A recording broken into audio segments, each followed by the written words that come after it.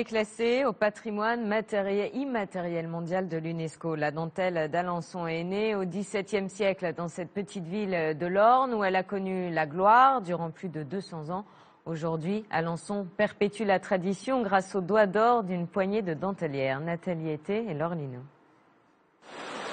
Méfiez-vous de l'eau qui dort, car le cœur d'Alençon n'a jamais cessé de battre.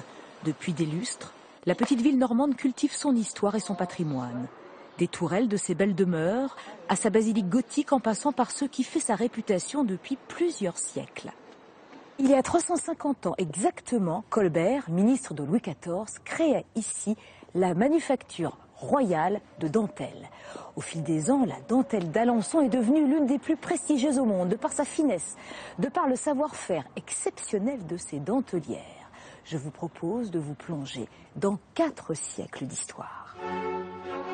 Au commencement était un fil de lin, une aiguille et une première dentelle plutôt ajourée.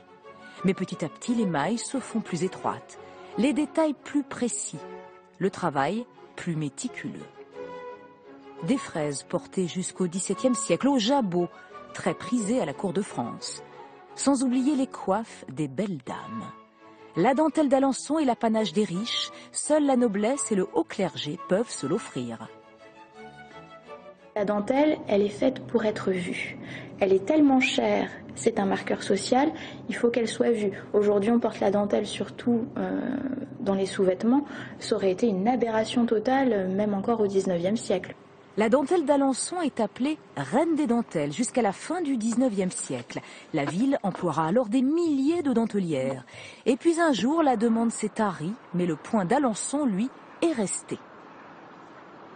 L'atelier des dentelières d'Alençon ne se visite quasiment jamais. C'est donc un privilège pour vous, comme pour nous, de pouvoir y pénétrer aujourd'hui. Un silence presque religieux. Ici, on apprend et on transmet des gestes séculaires. Précision extrême, patience infinie. Il faudra 110 heures de travail pour achever cette simple pièce d'à peine 25 cm². Certaines de ces dentelières ont commencé leur apprentissage il y a 40 ans. D'autres sont plus novices, toutes sont passionnées. J'utilise un fil légèrement plus épais pour faire des parties... en fait, ça va être les parties les plus mates de la dentelle. J'ai visité le musée de la dentelle et c'est vraiment un coup de foudre. Des médaillons offerts à des chefs d'État et des collaborations à des œuvres d'artistes contemporains.